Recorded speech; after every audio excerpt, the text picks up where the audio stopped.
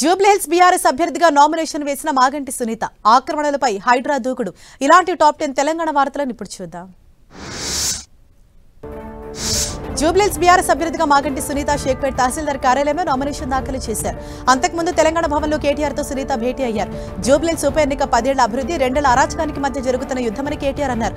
సునీత గెలుపు కోసం మహిళలు ఎదురు చూస్తున్నారని కేటీఆర్ తెలిపారు. జూబ్లీహిల్స్ బీజేపీ అభ్యర్థిగా దీపక్ రెడ్డిని ఖరారు చేసింది జాతీయ నాయకత్వం. కిషన్ రెడ్డి సన్నిహితుడిగా దీపక్ రెడ్డికి పేరుంది. దీపక్ రెడ్డికి టికెట్ రావడం వెనుక గరికపాటి మోహన్ రావు చక్రం తిప్పారు. మరోవైపు చంద్రబాబుతో సన్నిహిత్యం కూడా దీపక్ రెడ్డికి కలిసి వచ్చింది. గత ఎన్నికల్లో 25,000కు పైగా ఓట్లు సాధించిన దీపక్ రేపు నామినేషన్ వేయనున్నారు. జూబ్లీహిల్స్ ను కైవసం చేసుకునేందుకు కాంగ్రెస్ కసరత్తు చేస్తుంది. 3 మంత్రులు 18 మంది కార్పొరేషన్ చైర్మన్లకు ఇన్ఛార్జి బాధ్యతలు అప్పగించింది.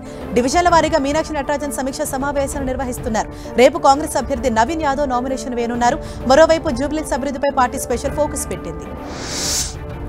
జూబ్లీహిల్స్ ఉప ఎన్నికపై ఎగ్జిట్ పోల్స్ పై నిషేధం విధిస్తున్నట్లు జిల్లా ఎన్నికల అధికారి జీహెచ్ఎంసీ కమిషనర్ ఆర్వి కర్ణన్ ప్రకటించారు. ఎగ్జిట్ పోల్స్ నిర్వహణ, ప్రచారం నిషేధిస్తున్నట్లు తెలిపారు. అన్ని మాధ్యమాలకు, టీవీ, రేడియో, పత్రికలు, సోషల్ మీడియాకు వర్తిస్తున్నారు. మీడియా, రాజకీయ పార్టీల మార్గదర్శకాలు పాటించాలని విజ్ఞప్తి చేశారు కర్ణన్.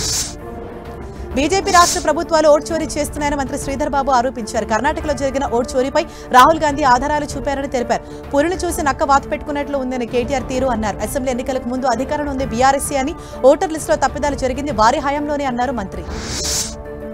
ప్రముఖ వ్యాపారవేత్త మెగా కృష్ణారెడ్డి మాతృమూర్తి విజయలక్ష్మి దశదిన కార్యక్రమం హైదరాబాద్ హెచ్ఎస్సీసీలో జరిగింది.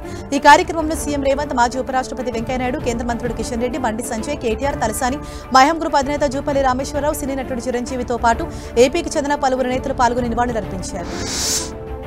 కేసీఆర్ పై ఎమ్మెల్సీ కవిత కీలక వ్యాఖ్యలు చేశారు. కేసీఆర్ ఫోటో లేకుండానే యాత్ర చేస్తానన్నారు. కేసీఆర్ బీఆర్ఎస్ అధ్యక్షుడిగా ఉన్నారని, బీఆర్ఎస్ నుంచి తనను సస్పెండ్ చేశారని చెప్పారు కవిత. తమ పార్టీ కార్యక్రమాలకు కేసీఆర్ ఫోటో పెట్టుకోవడం నైతికంగా కరెక్ట్ కాదని తెలిపారు.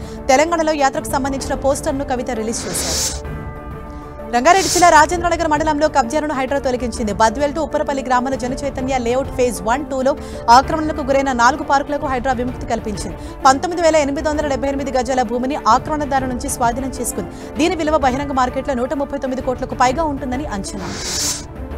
జోగులాంబ గద్వాల జిల్లా ఆలంపూర్ నియోజకవర్గంలో ఎమ్మెల్యే వర్సెస్ జిల్లా కలెక్టర్ వార్ నడుస్తోంది. District mineral foundation trust funds విషయంలో ఇద్దరి మధ్య తలెత్తిన వివాదం జిల్లాలో రచ్చరేపుతోంది.